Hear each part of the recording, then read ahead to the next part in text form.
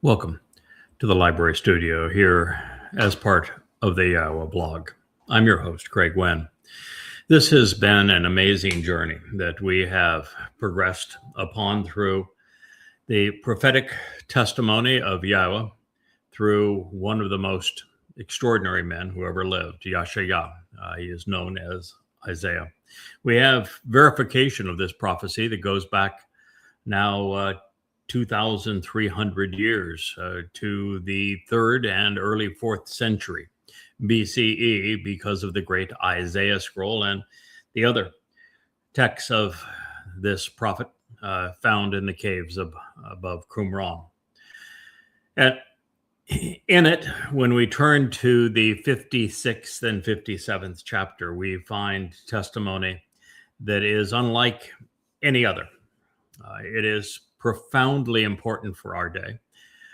I originally turned to this section of Yahshua because I knew that after we reconsidered what God had to say through Yahshua in the 17th chapter of Isaiah regarding the timing of the Shabuwah and Taruw'ah harvests, as well as the sacrifice of the Adam of Parah on Taruw'ah, and how this was going to play out as the world was devolving into chaos, and as we enter the time of Israel's troubles, particularly as the United States forces a Islamic state on Israel.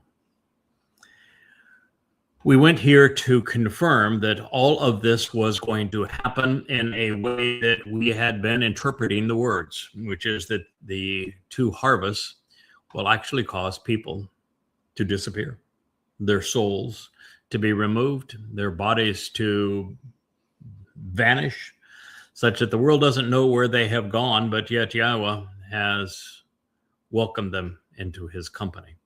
And it is in the opening two lines of Yahshua 57 that we find this to be true. But leading up to it, we find God telling us of a remarkable individual for the last days that he would use to herald this message to his people. He is called Tzedakah, which means he's right.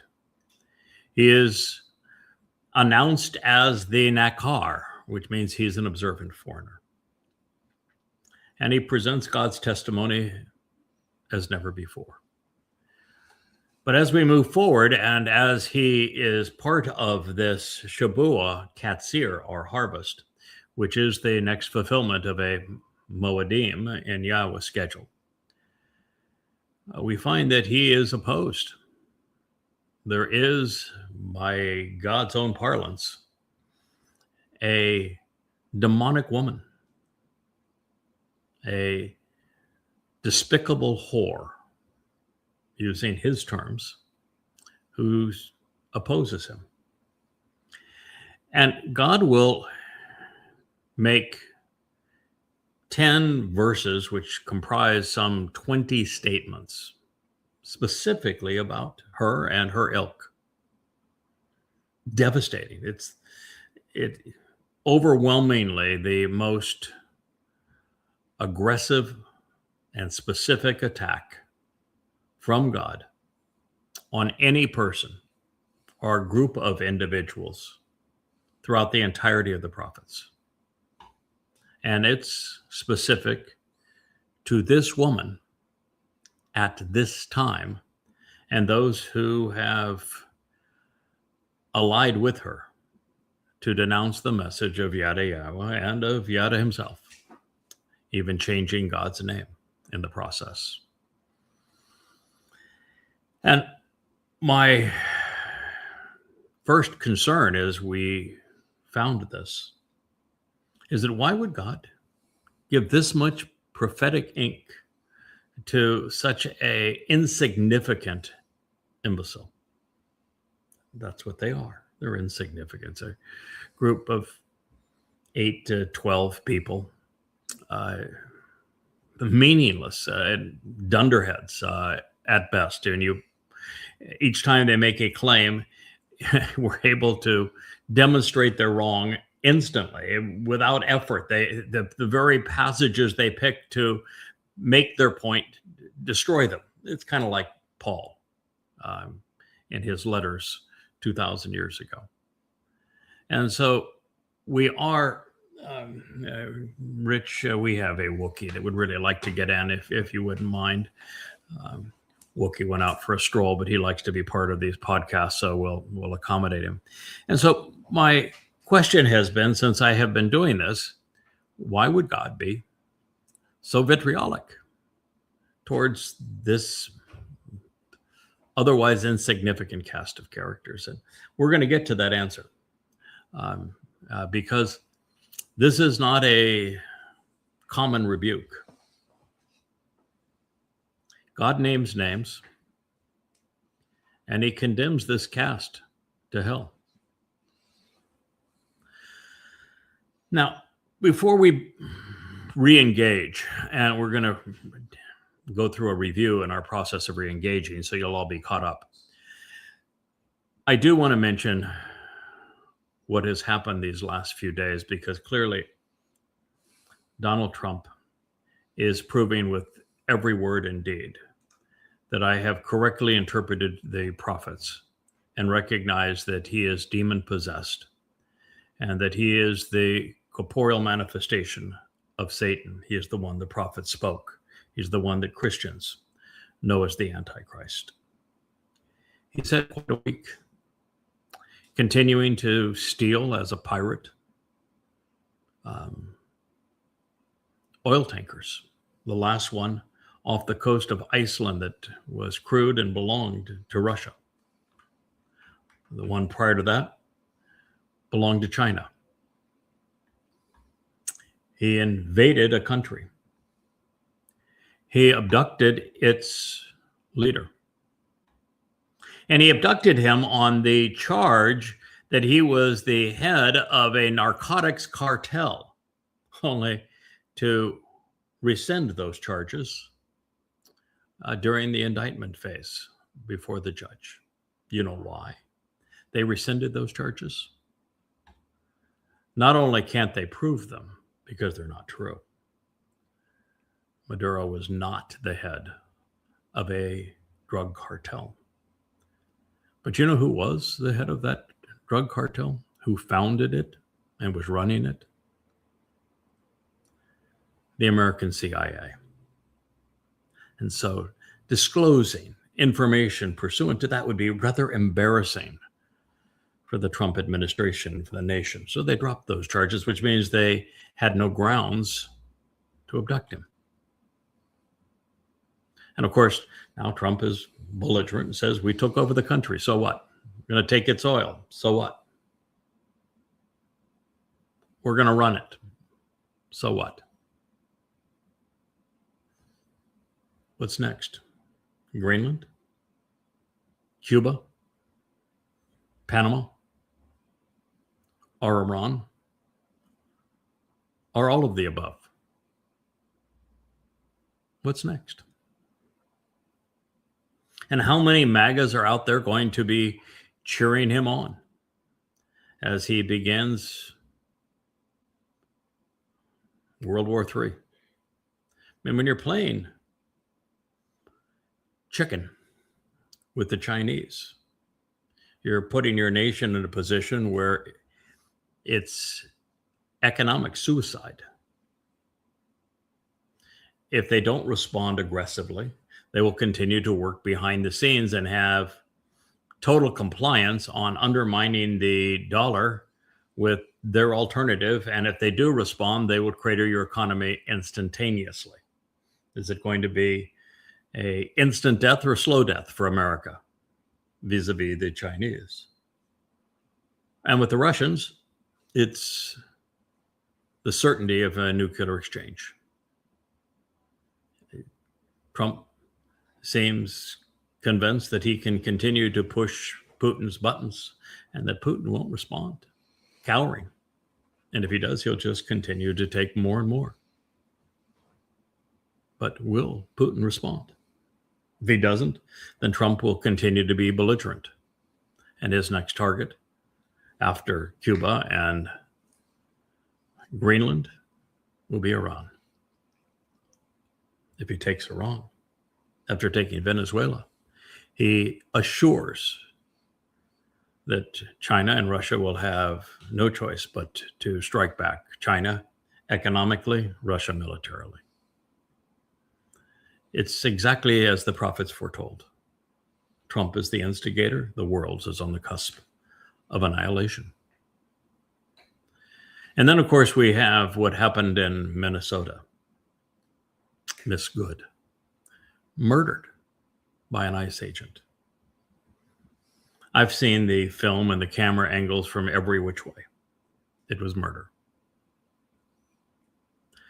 Elon Musk on X had 2 posts last night showing that he has lost any vestige of a conscience, blaming the murder on the woman.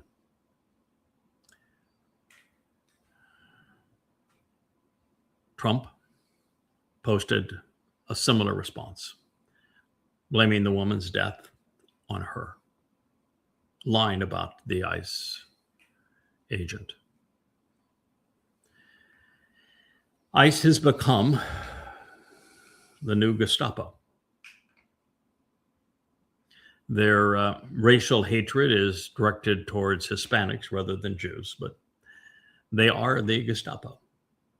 Trump's troops and National Guard in American cities are Trump's version of the SS. Stephen Miller is his Goebbels. He is establishing the Fourth Reich. Watching that belligerence, murder of Miss Good was troublesome. But then hearing the MAGAs denounce her and try to venerate the murderers, it's tragic. 2 of them, even after her murder, were high-fiving each other, congratulating one another for the horror they perpetrated. One ICE agent is even depicted telling a physician who wants to take her pulse and see if he can resuscitate her, can treat her, that no, he can't have access to her. And they just let her continue to bleed to death. It is a travesty. And I'm reminded during all of this that there is one nation that doesn't not yet know that Trump is demonic, that he is the great deceiver, the great betrayer, that he is the ultimate egomaniac and warmonger, a horrible sexual pervert, that he is exactly as the prophets had foretold. And that one nation is the nation that should know most of all, because the prophecies were written in their language, delivered by their people, and that's Israel. They're presenting Donald Trump as the second coming of Cyrus. They venerate him in Israel, and yet he is the very one who will betray them. He's still on record saying, don't worry about the West Bank. Israel's never going to take the West Bank. Why? Because he's going to use Judea and Samaria to create a Islamic state that he can give to MBS of Saudi Arabia as a way of prolonging the petrodollar another year or 2. Quid pro quo, the trade. The very heart of Israel to prolong the petrodollar, which is, by the way, the reason that the U.S. perpetrated its invasion of Venezuela. And by the way, I would like you to know that the celebratory Venezuelans that you've seen on social media, they were celebrating soccer matches 3 and 4 years ago. Such is not the case. The U.S. is despised in Venezuela.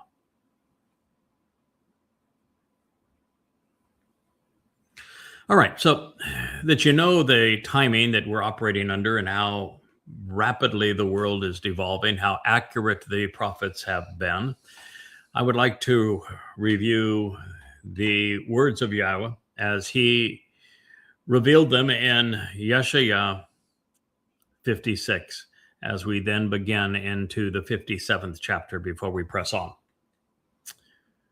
So I want us to remain grounded. I want you to know the context, because it's the context here that makes the choice of victims of this accusation by Yahweh the most intense, condemning rebuke to be found anywhere in Yahweh's testimony, specific to one group of malcontents and naysayers. So it's essential that you know exactly what God has to say about them, because there are those in our midst that are her little spies, watching everything we do, passing it on so they can attack it, as they continue to draw an audience by hashtagging my name and the Yahowah series, even Yahweh's name, even though they have corrupted it. So God's rebuke is focused, it's personal, and it's important that we remain cognizant of the crime which led to Yahweh's evisceration of a woman's character and the man who enabled her rise. For this is what Yahweh says: you should choose to be observant, carefully considering and closely examining the means to exercise good judgment and to resolve disputes, making good decisions. Then choose to engage so that you act upon that which is correct and vindicating, because my deliverance and resulting salvation are approaching. They are close, they're imminent and personal. Therefore, the Tzedakah, the one who is correct about me and vindicates with me, will come. He will pursue the harvest, be included, and then return and remain, so as to be revealed and made known. Blessed by the benefits of the relationship, joyous and productive by showing the proper way, is this person, this mortal man, who acts upon and engages in this with unfolding implications over time. Because this son of Adam, this lone man, he will be exceptionally firm, resolute in this, empowered and strengthened so that he prevails, restoring through his conviction and resolve with regard to this. By closely examining and carefully considering the Shabbat as the promise of 7, thereby avoiding defiling and profaning it or making it common, he is observant, he's careful, he is attentive, and he is especially aware. So his hands and that which he influences are kept from acting upon or engaging in anything unjust, immoral, irrational, troubling, or distressing. Do not say regarding Nakar, the observant foreigner, the one who knows and understands through thoughtful examination, then acknowledges by having been discerning and respectful, who has formed an inseparable relationship and joined with Yahowah, something which would infer Yahweh will surely abandon me, preventing me from being included as part of his family. That's what they would want you to believe. It isn't so. And let not the Sharis, this esteemed and authorized official designee, say, what then? If I become a withered and unproductive Etz tree, an incapacitated counselor or paralyzed messenger. Isaiah 56:3. I want to share something with you now that I did not share previously. I have received upwards of 10,000 death threats from Muslims since initially writing Tea with Terrorists, then Prophet of Doom, now Goddamn Religion, and having done 10,000 radio shows in my name, proclaiming what I had learned, denouncing Allah, Islam, Muhammad, and the Quran. I never flinched. I have written many, many years ago, I think somewhere around 15 years ago, a book called Questioning Paul. Initially with the Great Galatians debate, then Questioning Paul. Now it's called Twistianity. It's also 5 volumes in length. Repudiating Christianity, proving that Jesus never existed, demonstrating that Paul lied and that he was demon-possessed. And for it, I am assailed and demeaned every day across the internet. Hasn't bothered me at all. You've never heard me complain once about either of these things. It was different for me when people that I had cared about, supported, taught, led, worked with, turned. And not only left, but were vitriolic in the process. Doing more to demean and disparage my name and reputation than anyone who had ever been a Muslim or Christian or conspiratorialist that I had exposed and condemned previously. They have also had a field day with me. It didn't bother me. But these were people I cared about. These were people I tried to help. These were people I trusted. And they proved grossly untrustworthy. They demonstrated that they had an immense amount of envy and that they were unworthy of this calling. But to have a group of insiders become so vicious, that hurt. One of these women was one of my wife's closest friends. She was my publisher. Well, she was a media manager for me, somebody I took under my wing, did more kindness for, did more in support of her than anyone in her life by her own admission. Another woman was my publisher, who I thought was rock solid. And then one of her best friends. The rest, particularly the men involved, with one exception, there's one guy that I thought was pretty solid, Webmaster. But he turned out to be the most disgusting of all, most lost of all, the biggest enabler of all. And when they initially did this, it was hurtful.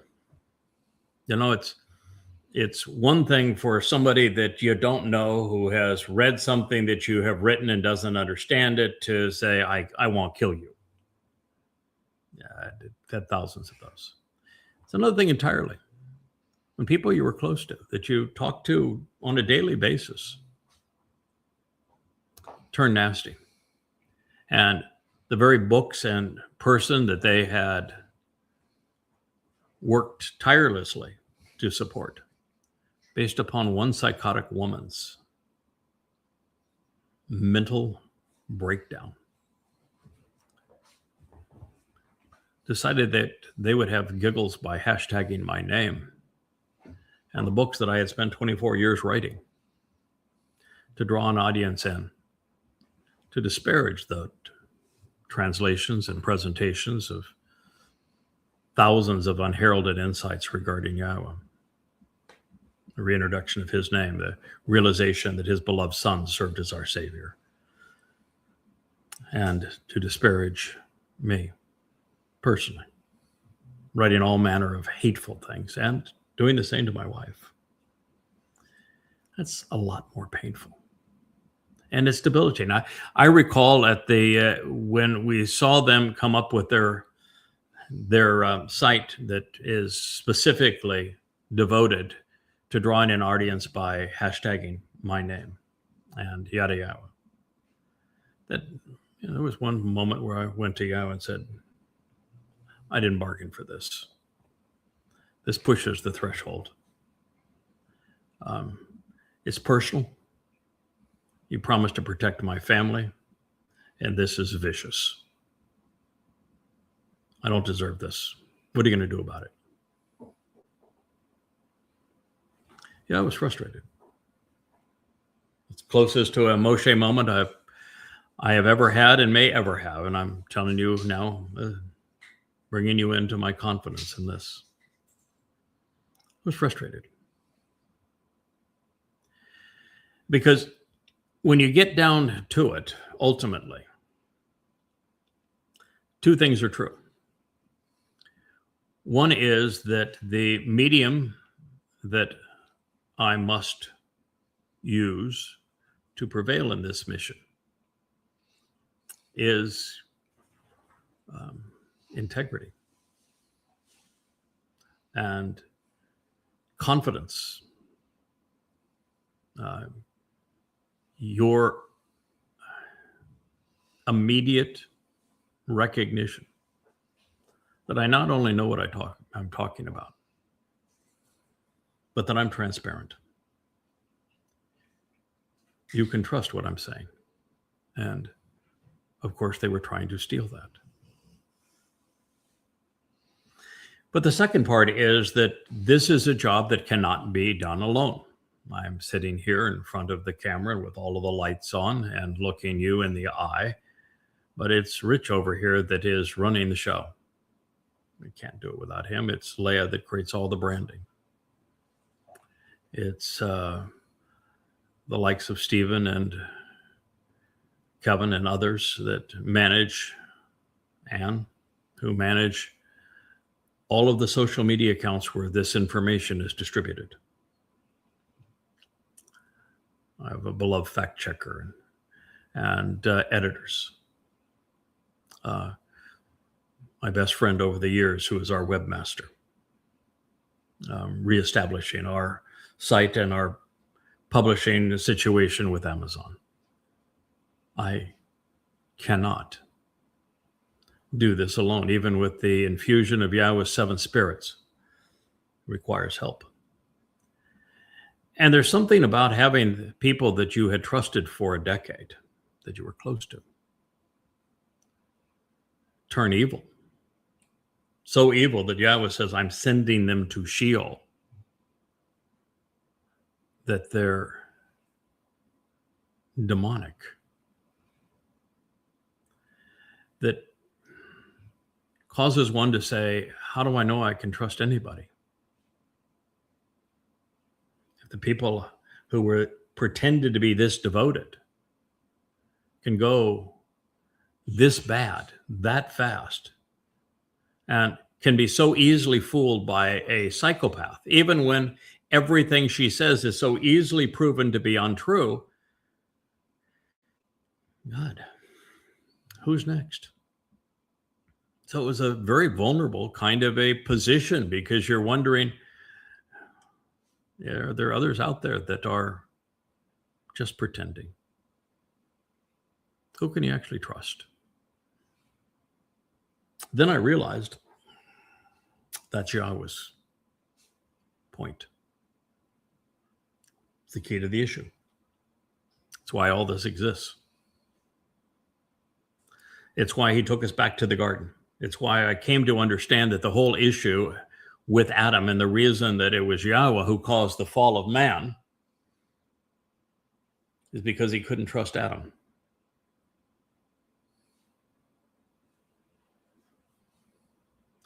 And it's the reason why God's allowing us back into the garden and cultivating 8 people that are going to oversee the education of this mortal remnant of Yisrael that are going to be allowed back into the garden on Sukah in 2033, purged of the religious guilt, so we get a fresh start on Taruw'ah, under Dod's ultimate guidance as he returns on Kippurim.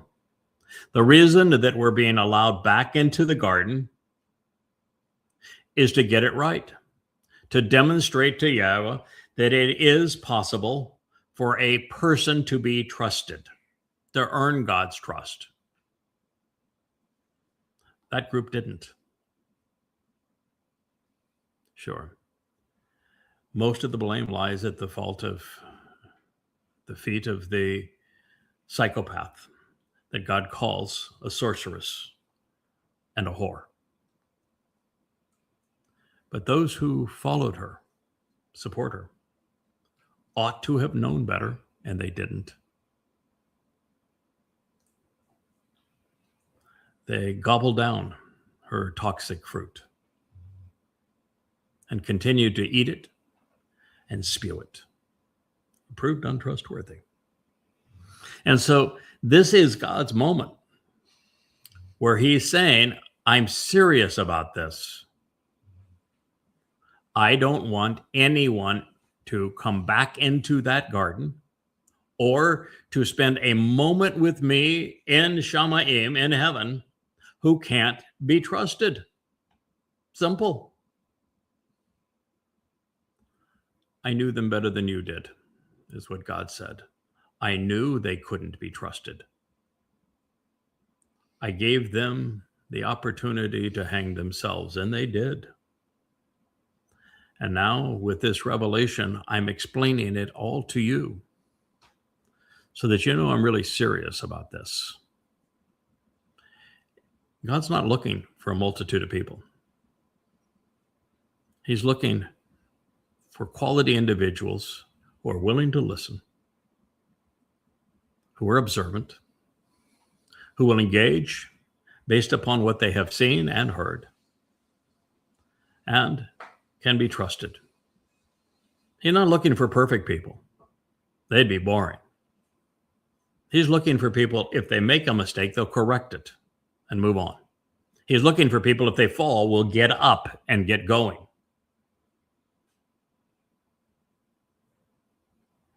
Those are the kind of individuals Yahweh was looking for. These people did not pass that test. God is saying, I want nothing to do with them. Even if you are this sweet old lady that appeared to be so supportive, but you were sucked in by a lie this thin, this obviously untrue, I'm sorry. You didn't pass the test. And this time, because God is so upset by the idea that somebody who is given access to the truth, right there, as God is working through somebody in a powerful way, and then they would not only renege on it, but would challenge them, saying, oh, but we too speak for God, and then would demean his wife, and then would try to speak over him while demeaning his name. God has told us what he did in that case, because that is Miriam, Moshe's sister. God said, it's like your father spit in your face. You are stricken now with leprosy. You are estranged from this community. And ultimately, God used her as the example of divorce and the single worst episode, an episode that was finally resolved by Yahweh saying, I want you to speak to the crag, and it will give forth its cleansing and nurturing waters. It was there where Miriam was buried that the waters of Meribah became the most obnoxious incident during the entirety of the Exodus. So God is being quite clear. This was a travesty because, well, with Miriam, she led the women's chorus during the Song of the Sea. She was an insider. She knew Yahowah. She had the benefit of listening to Moshe as he delivered the Towrah. She could have made a contribution. At one time, she did. But then she turned. And when she turned, having been an insider, having been somebody who knew better, God was forceful. The entire 12th chapter of Numbers is devoted in its entirety to denouncing and rebuking her for what she did. And this now is why we read the 57th chapter of Isaiah. It is the same. A Miriam by a different name. And so that is the answer, should you wonder why God would go out of his way to devote so much testimony, not only to lift up and protect the man he has chosen to deliver this message at this time, but to denounce those who would attack him. So let not the Sharish, the esteemed and authorized official designee, say, what then? If I become a withered and unproductive tree, an incapacitated counselor and paralyzed messenger? What if I allow that brief Moshe moment where I am frustrated at God allowing this group of malcreants to rise up and be so irritating? I said, God, I don't need this. Why are we doing this? Why are you even tolerating this? I am, according to Yahowah, the Etz Dayath in Gan Eden. I am, according to Yahowah, Parah, productive. I am, according to Yahowah, the Choder, which is a branch, who has Sharish, roots, who is an observant stem, who is Parah, productive, who in the 11th chapter, we also learn in Isaiah that he is given the spirit of Etzah, this very tree, providing counsel on the complete picture of Dayath, of knowledge. And so that's what Yahowah is referring to here. This tree providing the fruit of his people's redemption can't be incapacitated, can't be paralyzed, it can't be withered. It must produce its fruit, or all is lost. This is God's last best effort to save his people. And God is saying to the man that he has assigned this responsibility, you, sir, cannot say, think, or even ponder the possibility of being made unproductive. I won't allow it. It is also why Chazaq is used three times in this testimony. God says, be tough as nails. Be firm. Be resolute. Don't let them get to you. Now, I had figured that out a month or so ago, maybe 2 or 3, 4 months ago. Even as their attacks became more and more unhinged and personal. But I did not expect this from Yahowah. So here we return. Then God says, to the contrary, this is what Yahowah says on behalf of the Sharish, the esteemed and authorized official designee. his Nakar, the one who is Tzedakah,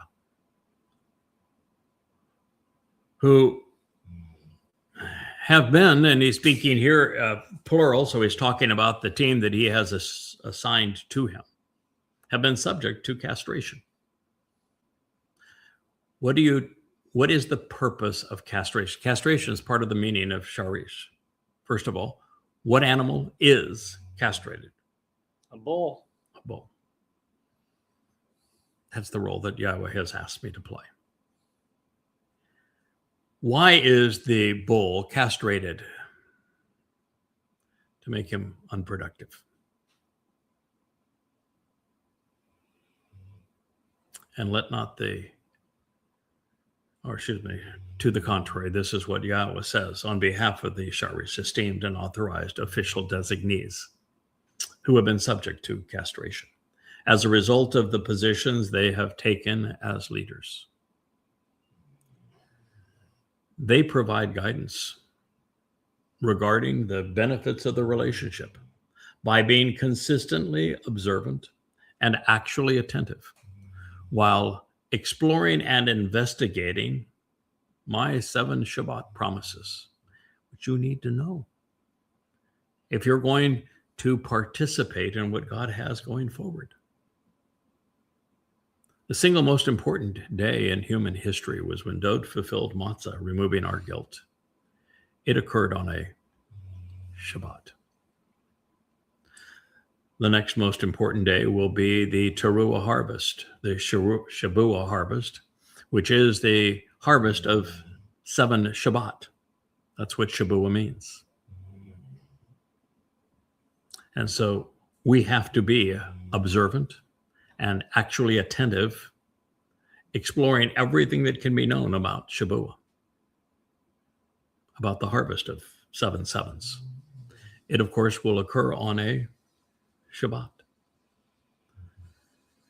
The final gleaning on Taruw'ah and the work of the Adamah Parah when the bull becomes productive transpires on the 23rd and 24th of September in 2033, and that happens to be a Shabbat. The mortal remnant of Israel is allowed back into the garden on Shabuwah, October 7th in 2033. It is also a Shabbat. Are you getting the message?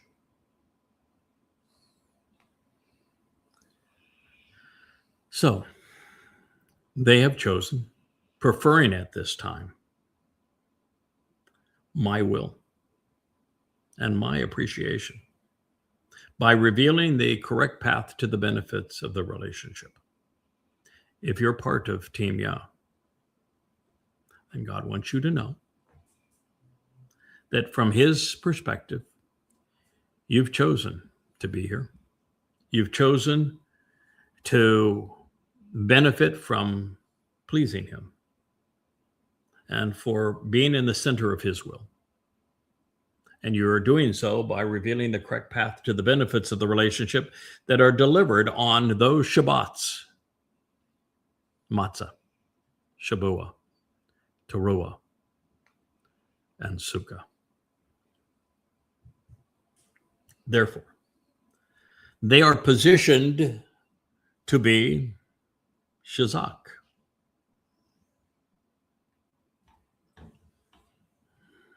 It is what we must be to deal with the attacks. God has never been popular.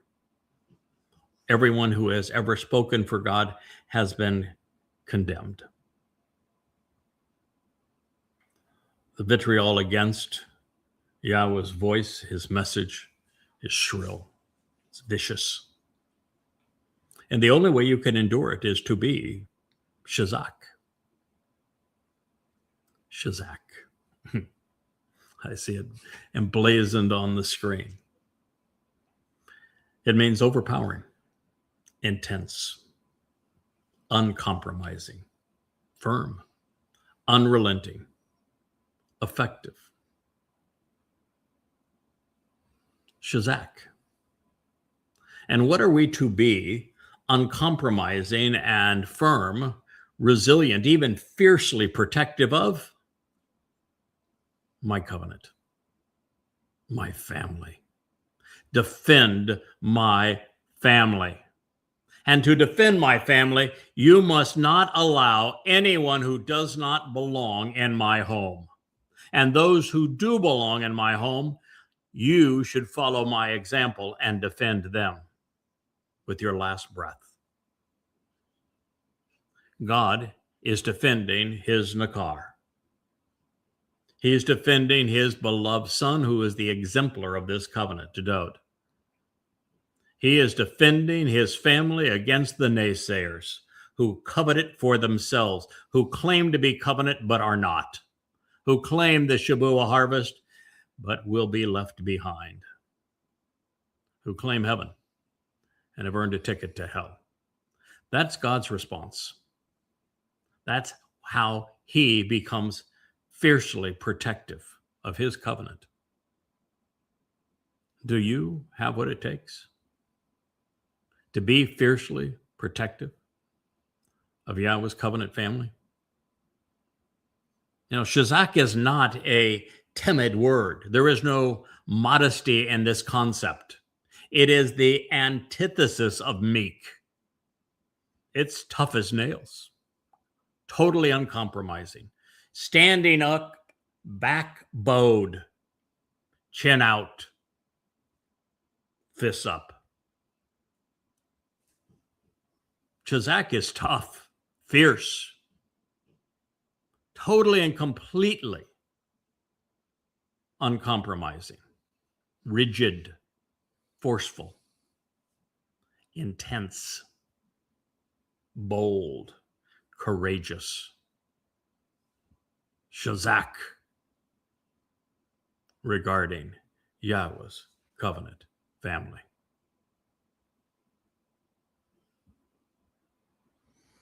Then I will offer, freely giving at that time, to those in my home and as part of my family, and within my protected enclosure, a hand, an outstretched one, welcoming, supportive, and empowering, and a name. Even better, more beneficial and valuable than other sons and daughters.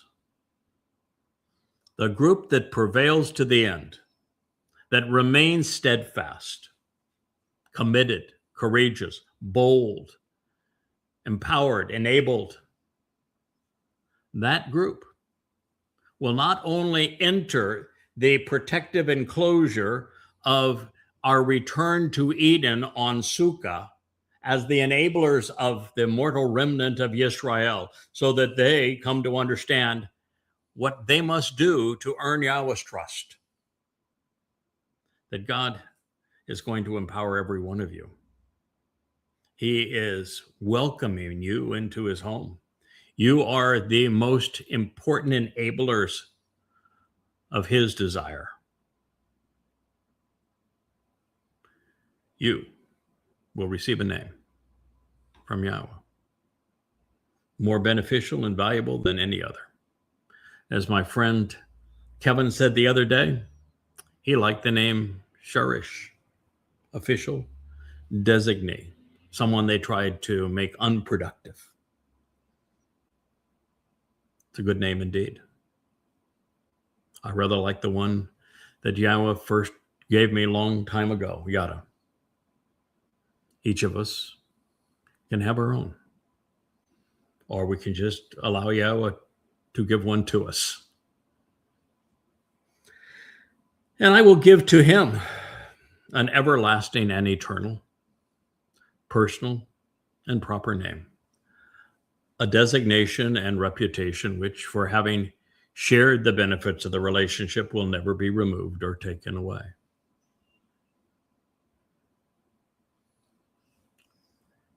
To the team, a marvelous name, God's support, entry into Eden on Sukah, Yahweh's endorsement.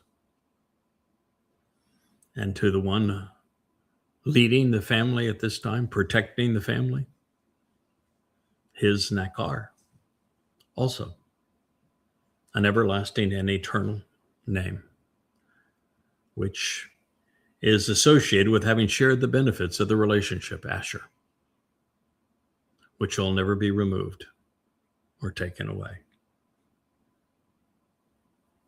Asher, by the way, happens to be a very fine name. It's one of the names of the 12 tribes of Israel, and it is a name that means to welcome, to meet, to be invited, to summon, to read, and to recite. It's a very good name. The children of the Nakar, that's another good name. Although, while he will remain observant, he is only a foreigner for a short while.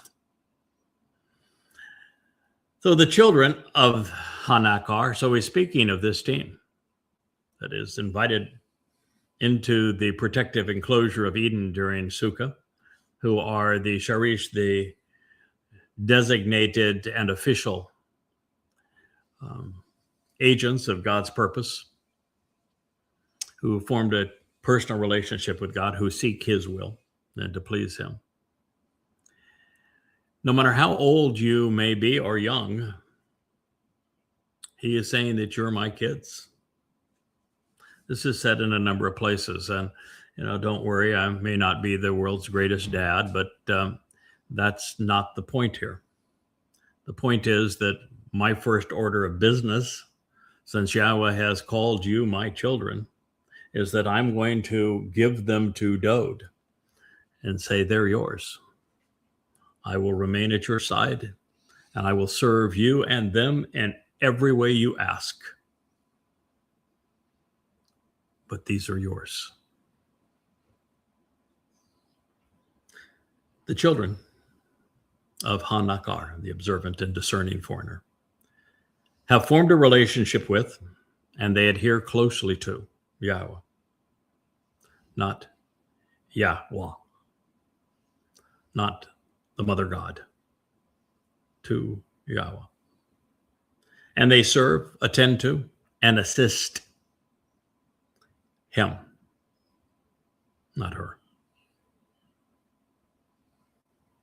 They're loving, and they're adoring, and they appreciate everything that is associated with Yahweh's name. They aren't going to change it to create a girly god, a hermaphrodite. Continually and demonstrably existing as his co-workers. And here, I don't care if you want to make his capital H or lowercase h, and you are serving Yahowah or you're working with me, because the result is identical. And I think Yahowah sees it that way. Always observing and noticeably examining while considering the Shabbat promise of 7. Let's never lose track of Shabuwah, shall we? Or the Shabuwah celebration of Sukah. Or that every important date save one between now and our return to the garden will be on a Shabbat. Shabuwah, Taruwah, and Sukah, with the only one in between being Kippurim, because we will have already done all of the work necessary on the previous Shabbat.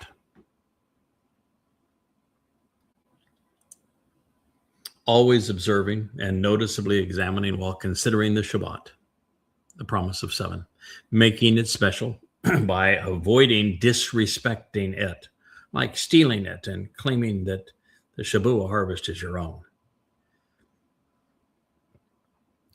It's Yahowah's. We're guides to it and participants in it. And God says that those of you who are collaborating in this way, you are now, for the third time, God's going to say this word, which is the antithesis of what the mother goddess cult insists. They want to promote meekness and modesty and timidity. And God says no.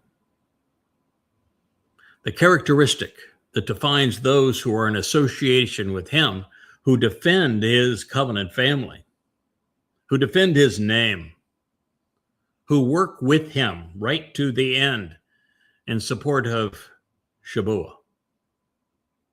They are all Chazaq, uncompromising and strengthened, devoted and unrelenting. They're established, they're firm, they're resolute and unrelenting. Yes, indeed. In what? Once again, in my covenant. God's not looking to remake the world. That's his job. He doesn't need us to incinerate all of the religious and the conspiratorial and the political and the militant. That's his job. He does not need us to restore the earth to the conditions of Eden. He'll take care of that quite nicely himself. He doesn't need us to facilitate the mechanism of removing our souls on Shabuwah. He does not need us to transform the sacrifice of the al-aqsa into a purging mechanism for his wayward family on Taruwah. He does not need us to conceive or to operate any of those 4 chariots that are going to pick up the population from the world that is either being headed and taken directly to Sheol, taken to the area around the Temple Mount to benefit from the sacrifice of the al-aqsa as Yehudim or as Goyim. He does not need our help in doing those things. He's got them under control. He does not need our help in releasing waters from underneath the Temple Mount or igniting the flames or causing that benefit. He is not asking us to turn the mercy seat of the Ark of the Covenant into something as brilliant as the sun. He is not looking for us to take responsibility for assuring that Dode returns as Elion. Our responsibility is to be observant, to pay attention to what God said, to be trustworthy regarding what he has conveyed to us, and for us to be exceedingly protective of his covenant family. That's what he needs from us.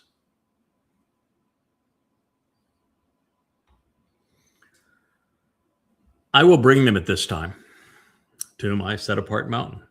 Yes, he will. We're talking about Taruwah now, aren't we?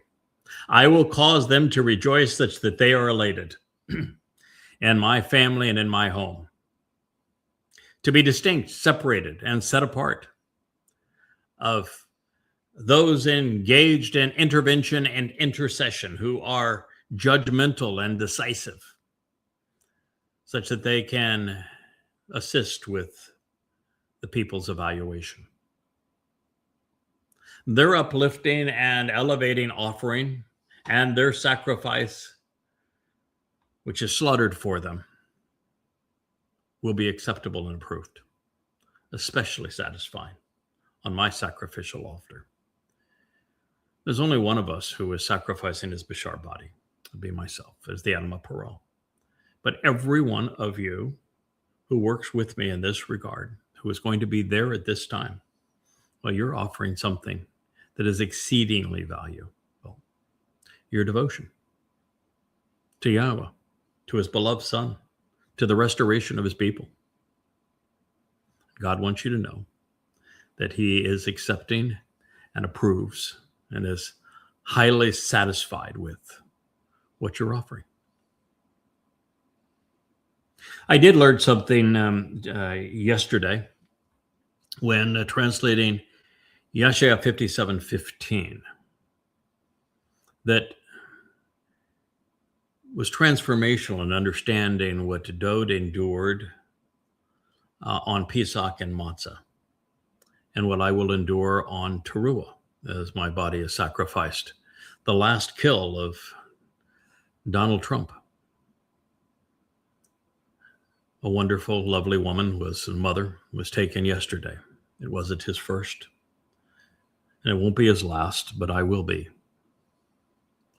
And The lesson that I learned is one that I had begun to appreciate some time ago. And that is that Yahweh's Ruach never left Dowd, according to God's word. Which means the Ruach was with Dowd's Nefesh, soul, as he was bludgeoned on Pesach and then crucified. And the Ruach of Yahowah was with Dowd as he was dispatched to Sheol. That means that the Ruach of Yahowah isn't Yahweh, isn't God, but is something that God can use and dispatch in our world to protect, to enlighten, to enable those through whom he wishes to accomplish something important. But what this means is that Dowd's Nefesh was shielded from the abuse, the terror, the torment, torture of fulfilling Pesach as the lamb, and protected from the great pressure on the hellish separation on matzah. It was the Spirit that took the blows. I don't think Dowd knew that was going to occur before he endured it. He may have. But the very fact he trusted Yahweh, knowing what was going to happen with both, is extraordinary. And what we had was a spectacle for the whole world to see, a heroic act for the whole world to appreciate. Well, God, as a loving father, did not allow his beloved son to suffer. In the 15th verse of the 57th chapter of Yahowah, it says the same thing, this time of the Adam of Parah. So, particularly for my wife, who has been troubled at the idea that Satan will be bludgeoning me, it's just my body. Understand that God will insulate my nefesh soul, such that, according to him, it's the Ruach that absorbs the blows.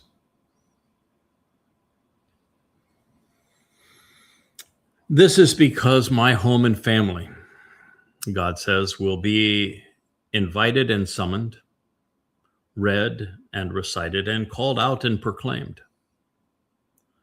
A home and family of reasoned requests and of sound judgment for those who are set apart, distinct, and uncommon, and of intervention and intercession, even of assessment and evaluation. Tefillah. It is a word that we analyzed from, if it's philah or philel, as the basis of it, whether it means intercession and intervention, palal, or palah, if it speaks of being set apart, distinct, uncommon unto Yahweh. Either way is fine. I think that the primary definition, which is based on the Pei, Lamed, Hey letters, with them, all of them matching, is that it would read like this. This is because my home and family will be invited and summoned, read and recited, called out and proclaimed, a home and family that is set apart, uncommon, and unique. For the entire family and for all people. This is important to me for a number of reasons. Well, Yahweh chose Yisrael. Yisrael did not choose Yahweh. The reason that God chose to convey this message through a Nakar, an observant foreigner, is there were no Yehudim willing to listen or respond.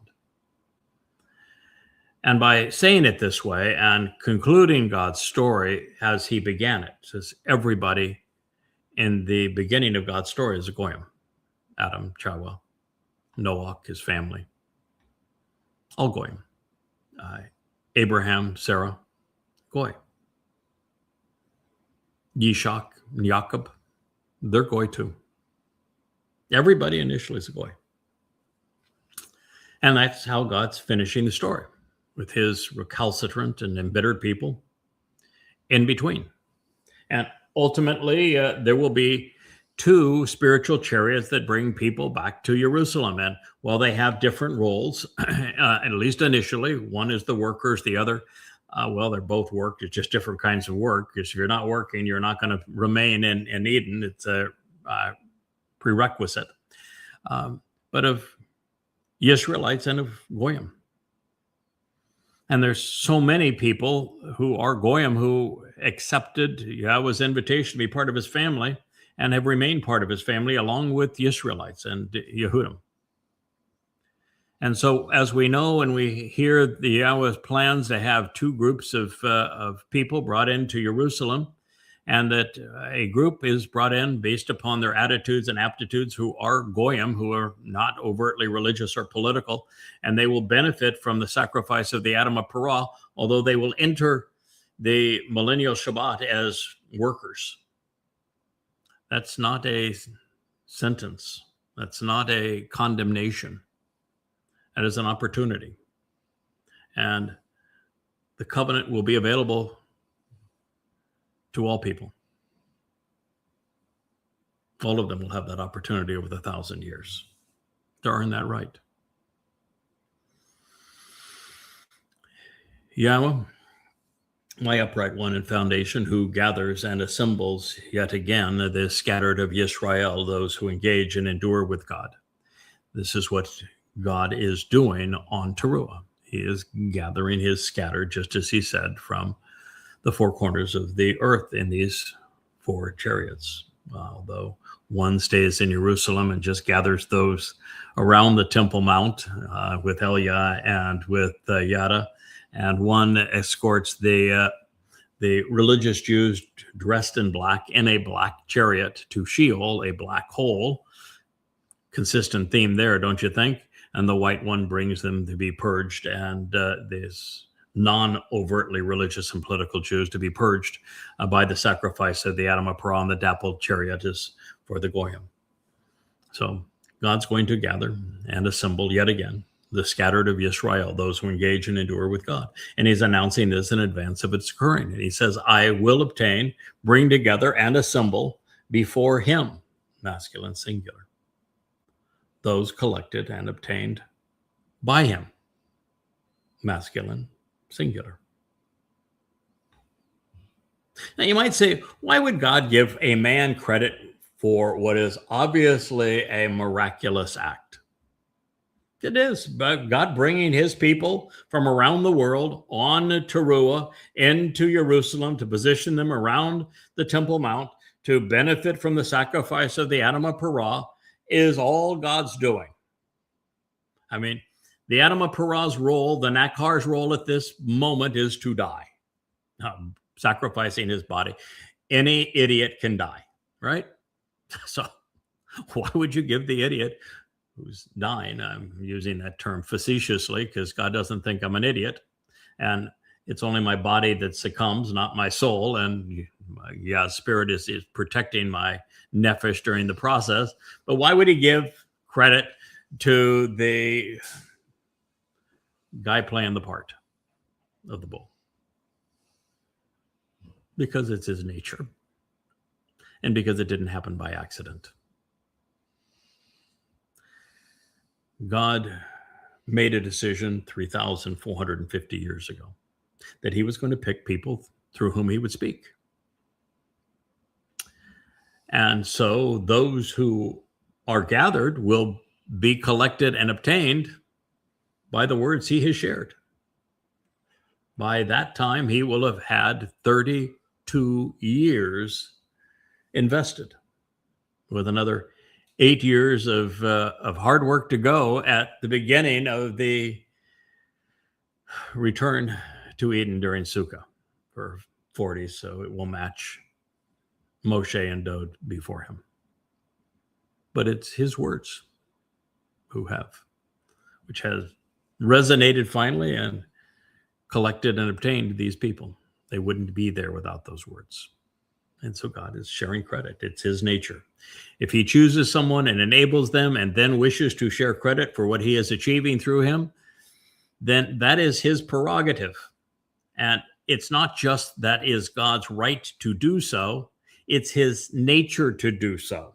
It tells you an enormous amount about him, doesn't it? That he will share credit with a lowly man, an Enosh, a mere mortal. It says, every beast and animal of the country and open environs you will choose to come to devour and destroy, every living being in the thicket and the foliage of the tree. Yeah, it's going to get rough out there. This is Isaiah 56:9. Those in the foliage of the tree, you are members of the covenant family who have earned that right by having devoured the fruit of the tree of knowledge. Books like these. And there will be animals of all types, mostly religious, but also political, conspiratorial, anti-Semites,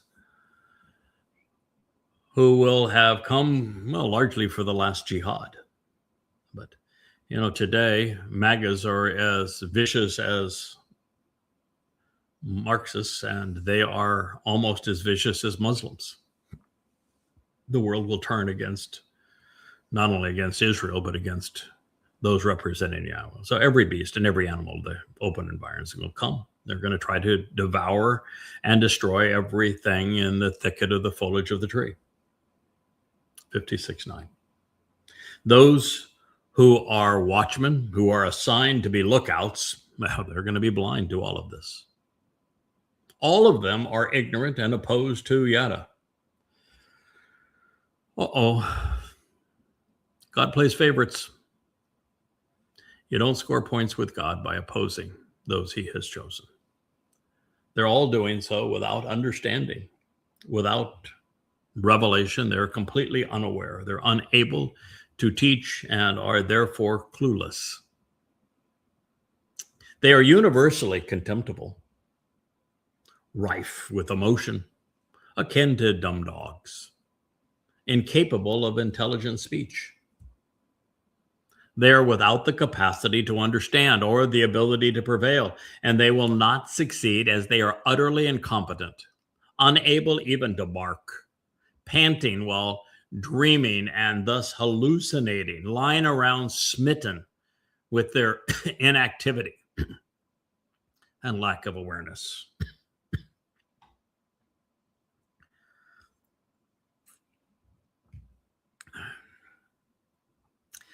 God is openly condemning all of those who have sought to oppose Yada as Nakar, and those who are his children, who are part of this covenant family, and who are now there protecting this mortal remnant of Yisrael.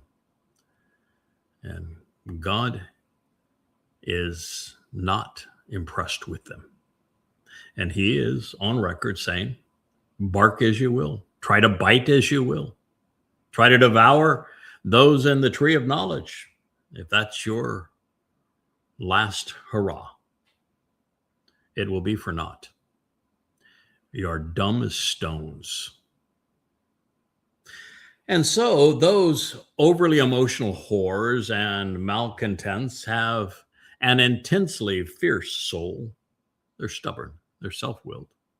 They will never acknowledge that they have gone too far, never admitting that they are gluttonous and unrestrained, as they are insatiable, never being satisfied. And that's the answer to this mother goddess clique, is that they will press on. And why will they press on? Because God needs the filter. He needs one final sieve of those who have sniffed the fruit, now who have to be denied because they are not trustworthy. And so, right to the very end, there is to be this final filter.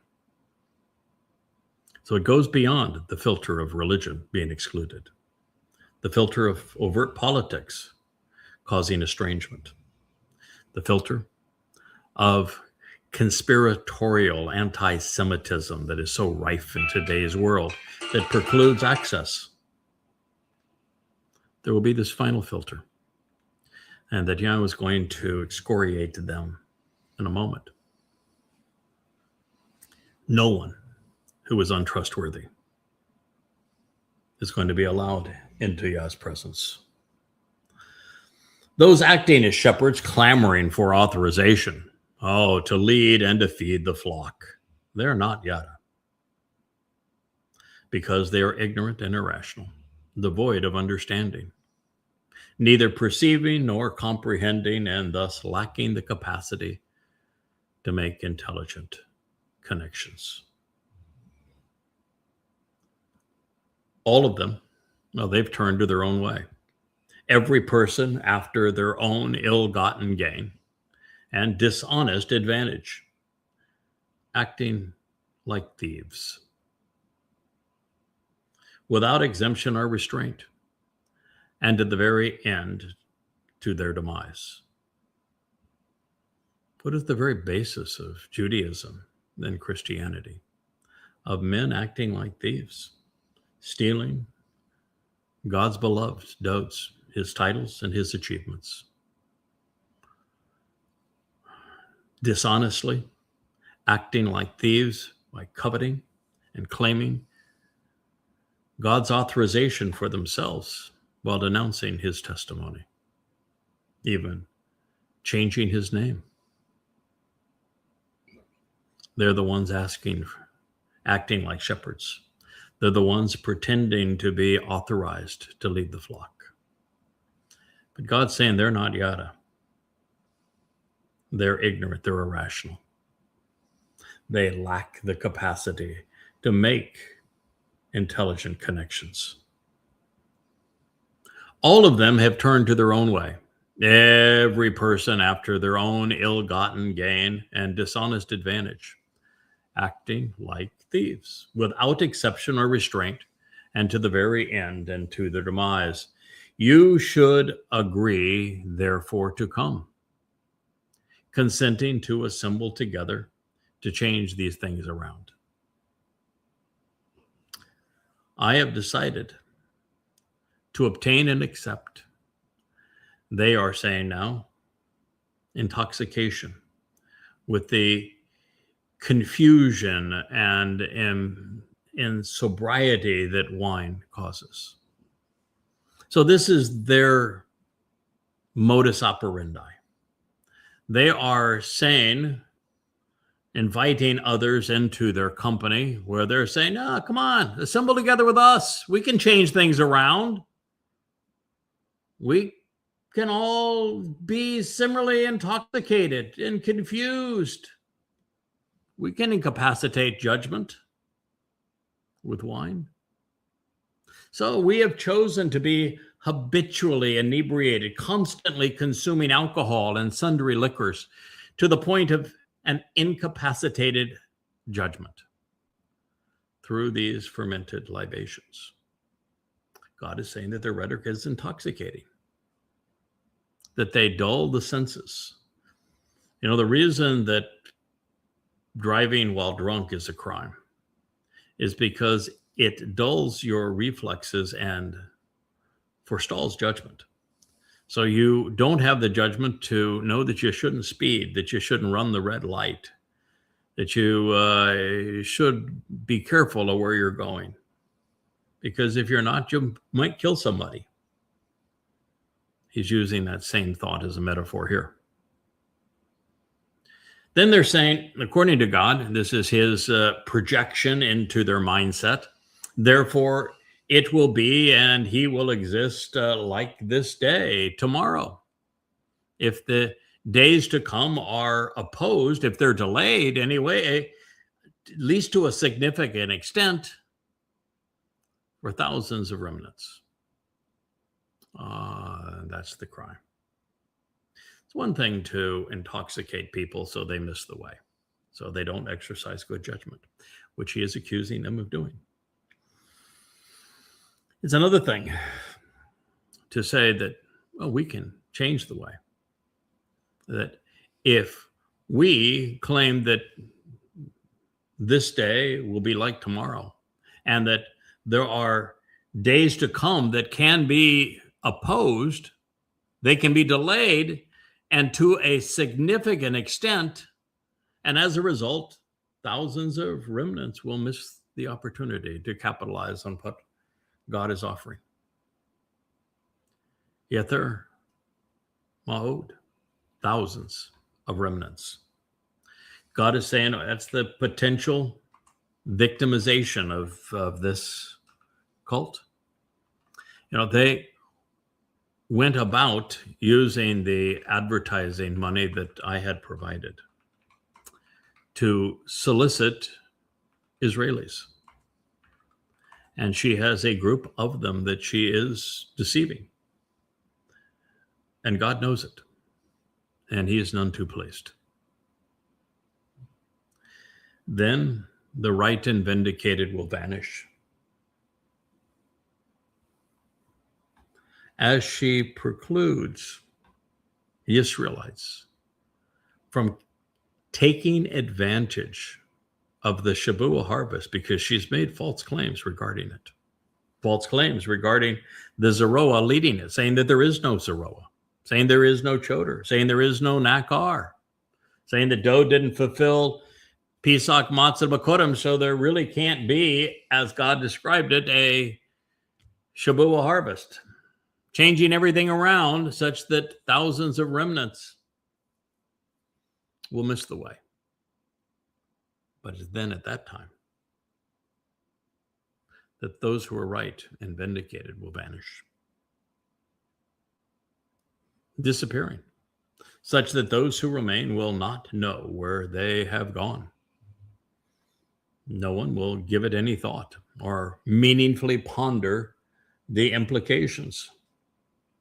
Loyal and devoted individuals, however, who are steadfast, will be harvested. They're going to be gathered together and taken away during the Eshaf, this ingathering. Well, no one makes the connection to comprehend why. For indeed, away from the presence of this evil shepherding, this disastrous calamity caused by troublesome former compatriots and miserable companions who are wickedly wrong, those who are correct, upright, and innocent will be gathered in the harvest. They will be removed and received. Yahowah, Isaiah 57:1. Are you ready for the ride of a lifetime?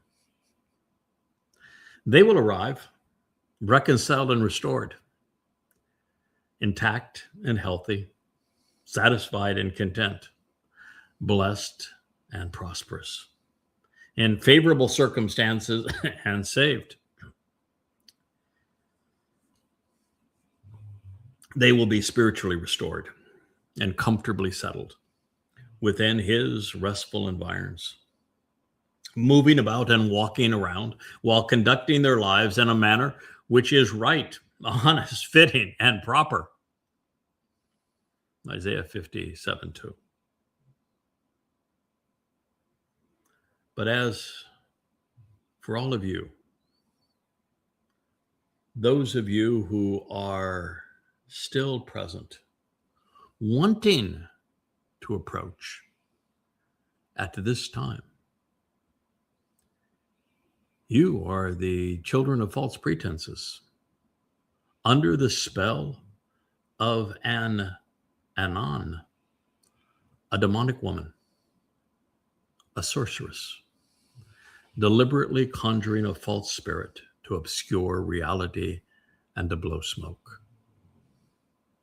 You are the seed of a Naaf, an adulterous man, one who is unfaithful, disloyal, and unreliable, as well as religious.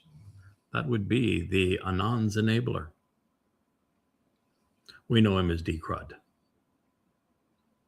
The Anon, sorceress, we'll call her DP. And Zana, the despised whore, the loathed woman prostituting her despicable nature by pandering to her partners for favors and bribes. Isaiah 57:3. So what God is saying is that covenant family who are right about him are going to disappear during this ingathering. Going to be harvested. The world's not going to know where we've gone. And God is telling us, quite frankly, that when we arrive in Shamayim, we're going to be really satisfied with the results. We're going to find peace and tranquility there. Shalom. It's going to be a really good outcome for those who are right about God.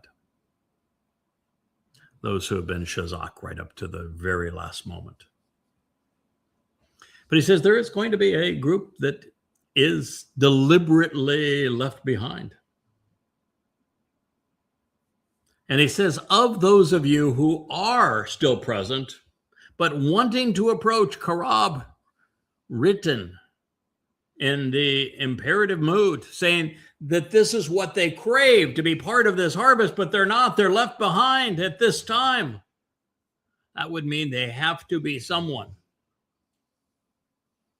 who is not Christian, who is not Muslim, who is not a practitioner of Judaism, who knows that this is a harvest of the covenant family on Shabuwah and expected to be part of it, wanted to be part of it, but was excluded from it. The list of that group of people is limited to this caustic clique of the mother goddesses. You see, Christianity is expecting their rapture to occur on trumpets, Taruw'ah. They've already claimed Shabuwah for the birth of their church, fulfilled long, long ago. There isn't a single Christian who is going to be, wow, boy, we missed the rapture. We were expecting to be part of it on Shabuwah. Not one. They've been beguiled by Paul to believe that their harvest is the rapture of trumpets on, which is Taruw'ah. These aren't Christians. They aren't practitioners of Judaism either. Why? Because there isn't a single harvest of souls in Judaism. In Judaism, there is no interest in an afterlife, in going to heaven, in the what they would call the final resurrection. They have no interest. They don't talk about, in Judaism, the penalty of Sheol or the reward of Shamayim. Neither exists in Judaism. There is no harvest in Judaism. So this cannot be practices of Judaism. Can't be your run-of-the-mill nincompoops, conspiratorialists. It can't be Muslims. There are no harvests in Islam. There's not a possibility that anyone can be the focus of this condemnation, which is rugged, apart from the mother goddess cult. That's it. They're the only ones who know of it, who are expecting to be part of it, who've claimed it for themselves, and who are going to be left behind during it. And of the ringleader of this cult, Yahweh is calling her an Anon, a demonic woman, a sorceress. That's the leader of your flock, if you're part of that group. He goes on to say, she's a whore,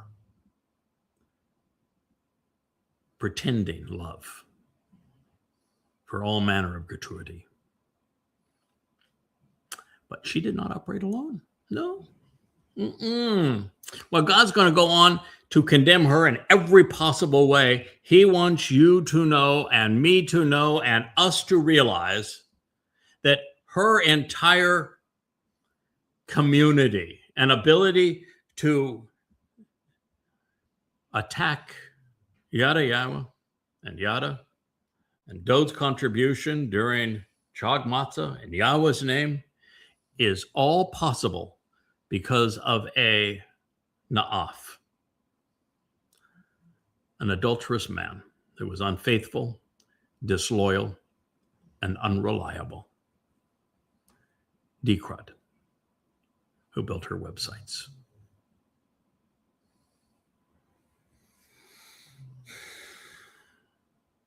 It's the most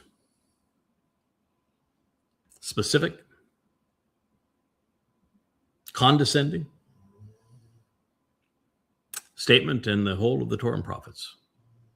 And where it leads is even worse, in that the group is dispatched to Sheol. They did this to themselves.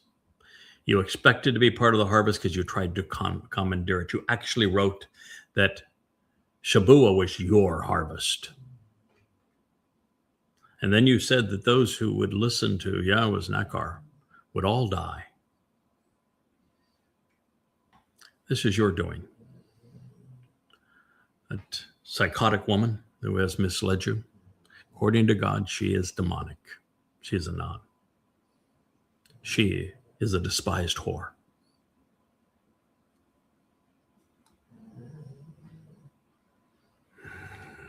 It is from this vantage point, one which reveals the timing of these events, as we approach the Shabuwah harvest, the identity of the hero, the Nakar, the villain, the Anan, and the basis of their argument, which is over Shabuwah. Yahweh is continuing to critique this adversarial contingent of what he views as demonic conspiratorialists. Anag, ridicule, as the opening verb in this segment of the rebuke was scribed in the hitpael imperfect, plural, to reveal that the demonic woman's rebellious and condescending brood would continue to mock and slander, doing so on their own initiative. Listen, on what basis have you, without any actual guidance or provocation, independently and continually become so effeminate and overly sensitive, self-entitled individuals delighting in ridiculing and mocking? Anak, have you all, apart from others, uniquely become so swayed by a woman and feminine individual, becoming yourself effeminate, losing any sign of masculinity? You don't have a backbone anymore. You're not capable of reasoning. You're just awash with emotions, overtly prone to ridicule, enjoying being slanderous without any prior inducement. You're exploiting another while taking pleasure in acting like overly emotional, needy, and gossipy women, hopelessly relishing derision. You're pliable without substance. Hitpael, imperfect, second person, plural. Against what? Against whom do you open your mouth and boast, sticking out your fangs and your prolonged tongue lashings. Are you not the children born of revolting rebellion, who rose up in clear defiance of the authority and relationship by holding a grudge and remaining stubbornly indignant? Pisha, into discordant deflection and false interpretations contrary to God, lost in religion, offensive, incensed, and criminally wanton, rebelling against the agreement. You're the seed, the offspring, the result of a shekur, a vain and useless liar, who is a betrayer, a deceptive and vain fraud, promoting a sham of false pretenses and injurious testimony, of one who swears deceitfully and thereby disappoints by way of self-delusion. Yashaya, Isaiah 57:4. So besides the condemnation from God, how'd you like the verse, Miss D? How does that suit you?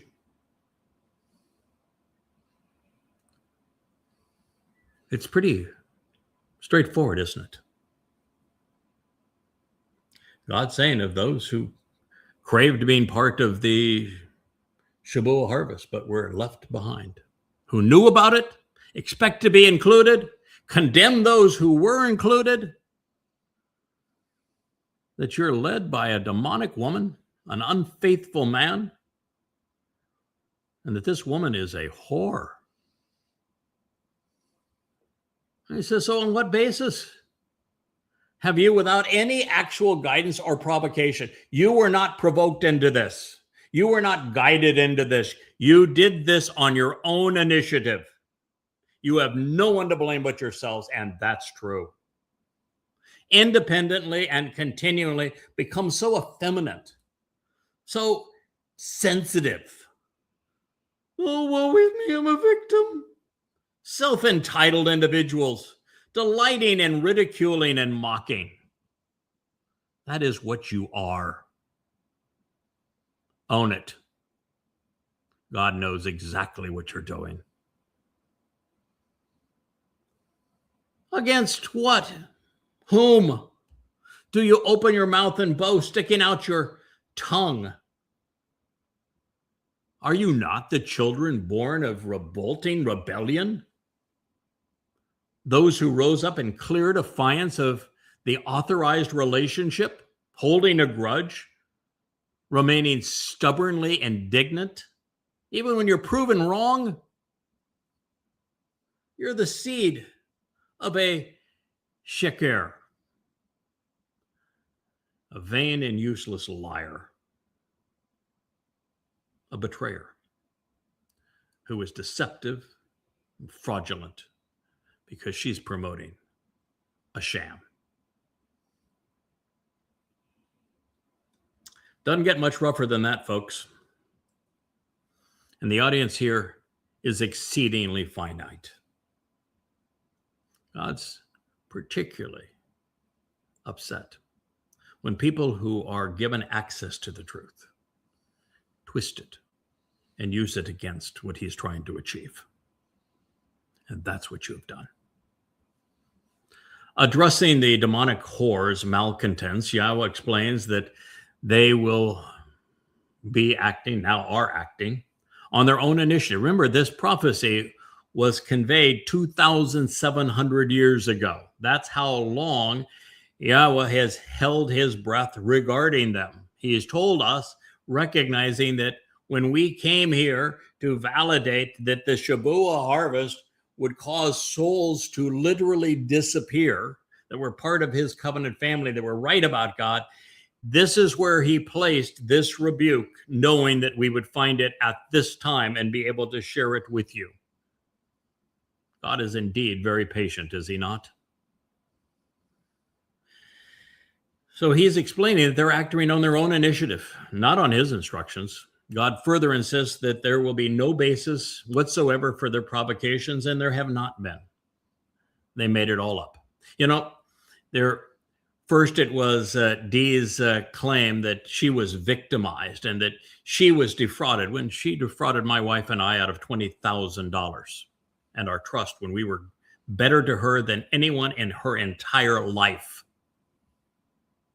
And then she said that she was going to go off and do her own thing when she had conceived this plot and put all the pieces in place, playing the people around us to their detriment for a year prior to the event. And the first thing she does is she gets to my beloved publicist. She's ruined. The webmaster, who I had respected,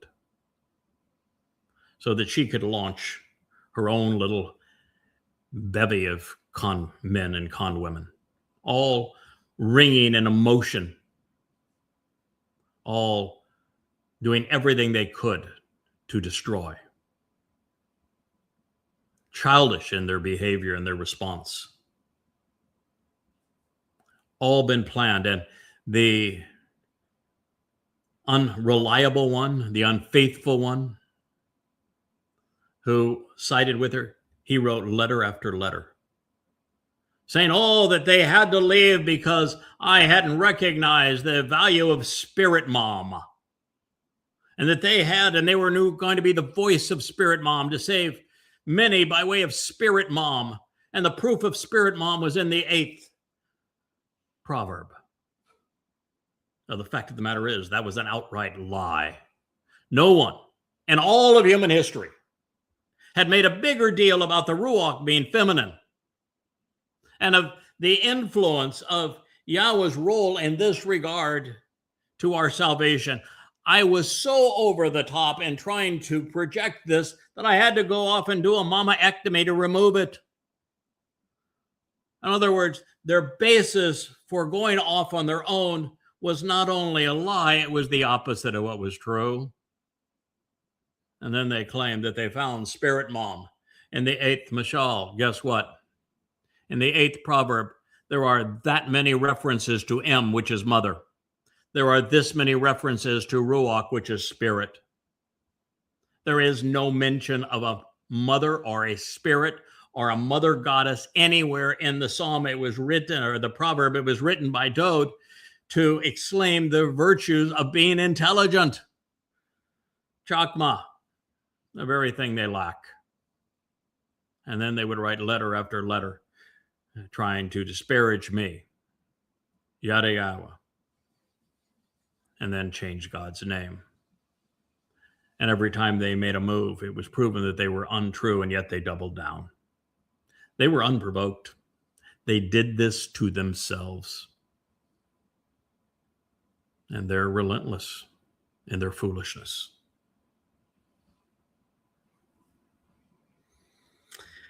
Yahweh lays down the gauntlet, prophetically proclaiming that the mean-spirited provocateurs would assuage their hurt feelings through mocking, slander, and ridicule, thereby committing the ad hominem fallacy ad infinitum.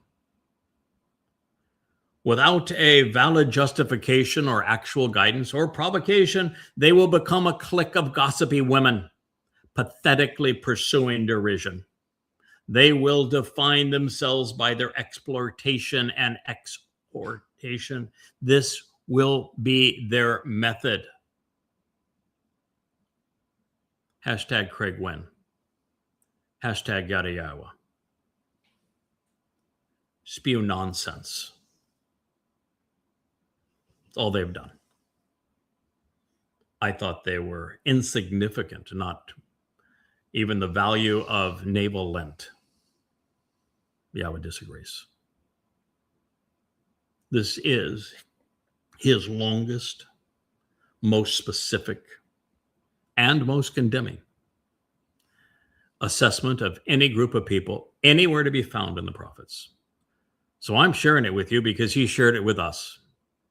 I am never going to veer from what God wants to convey, and this is what he has chosen to convey. He laid this all out in the open, airing the dirty laundry 2,700 years ago, and it's now our job to pin the tail on the ass, on the demonic woman, on her accomplice, the unfaithful one, the disloyal one, serving a whore, serving a woman that Yahweh calls sheker, vain and useless, a liar and betrayer, a deceptive fraud promoting a sham.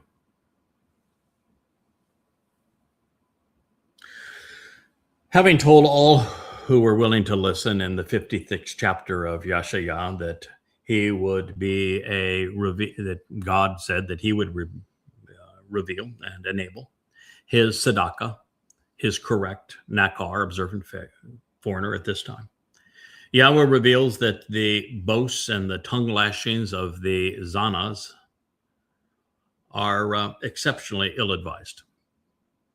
But at the same time, we learn that they are incapable of listening or learning. They deny God's condemnation every time he shares one, as we found in Numbers 12 and Genesis 2 and 3, and 2 Samuel 6. Every time they're called out, an example is made of them that is specific and prophetic of them. Oh, no, it doesn't apply to us. No, it doesn't apply to us.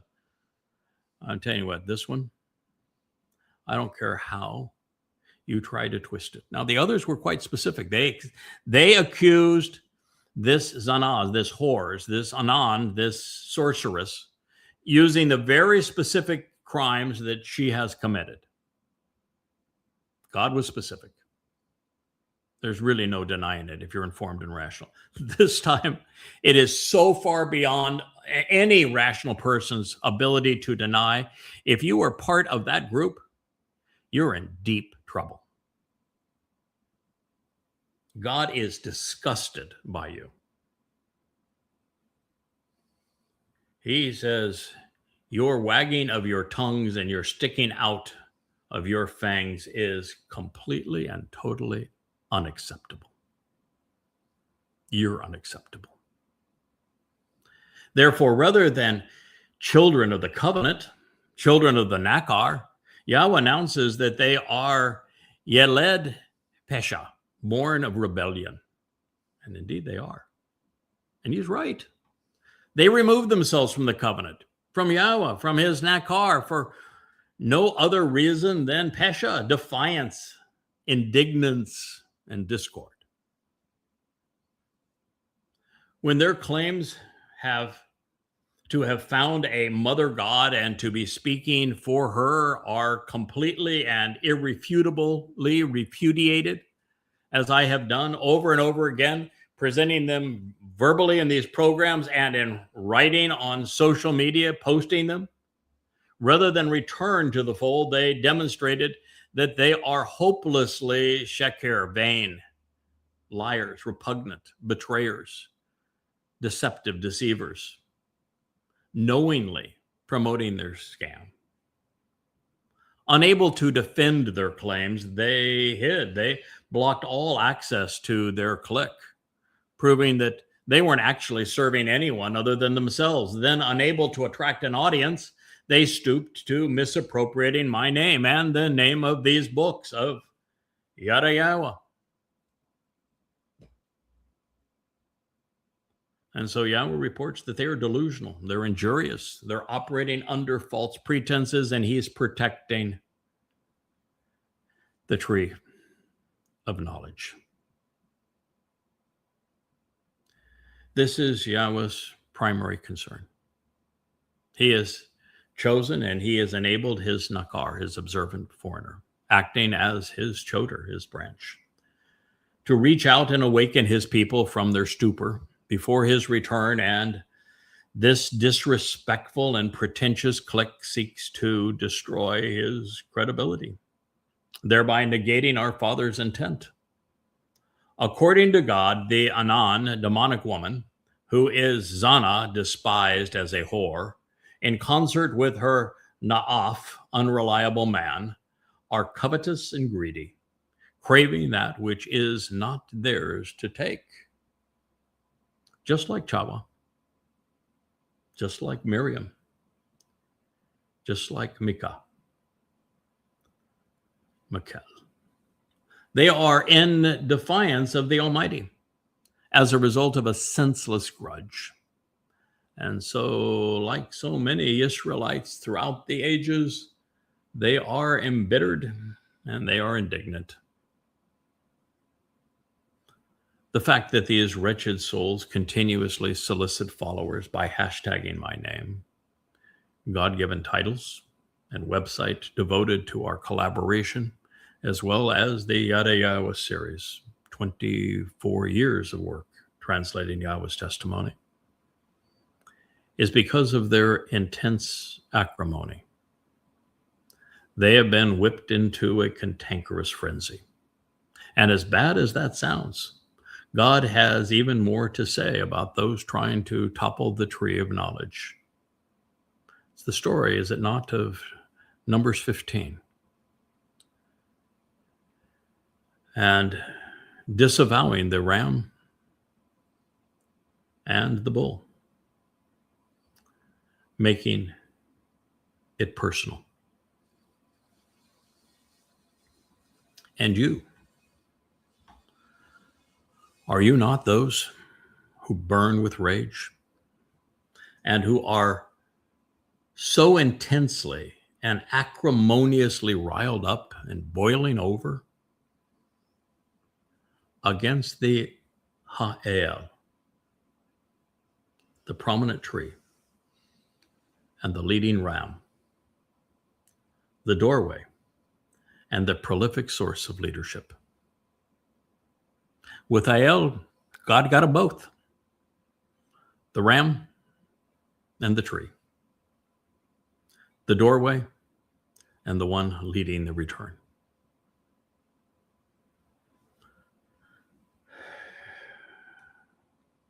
All in an orderly arrangement of the spreading out of the entirety of the flourishing and profusely productive tree. That's just in case you didn't recognize that Al is prominent tree and ram. God says in particular now, you're going against the spreading out, this profusely productive tree of his, the tree of knowledge, the Towrah, thereby taking the lives of those who would otherwise be born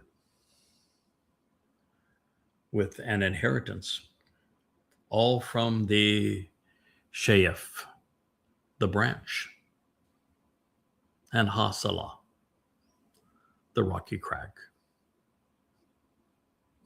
Yeshaya, Isaiah 57:5. We're 2 hours in. I normally only go an hour, but there was so much to share, and we are just beginning. We aren't even 1/3 of the way through God's condemnation of this evil woman and her consorts. That we will continue this tomorrow and probably the day after. There's a lot to share. There's a lot for you to know. And in the end, we will assess all of the reasons that God decided to issue the single most condemning assessment of any individual for us to read at this time, and why he is specific of this one group, and why he is sending them to Sheol. I appreciate you listening. This has been tough testimony to deliver, but we are never going to run from the words of our God. Good day.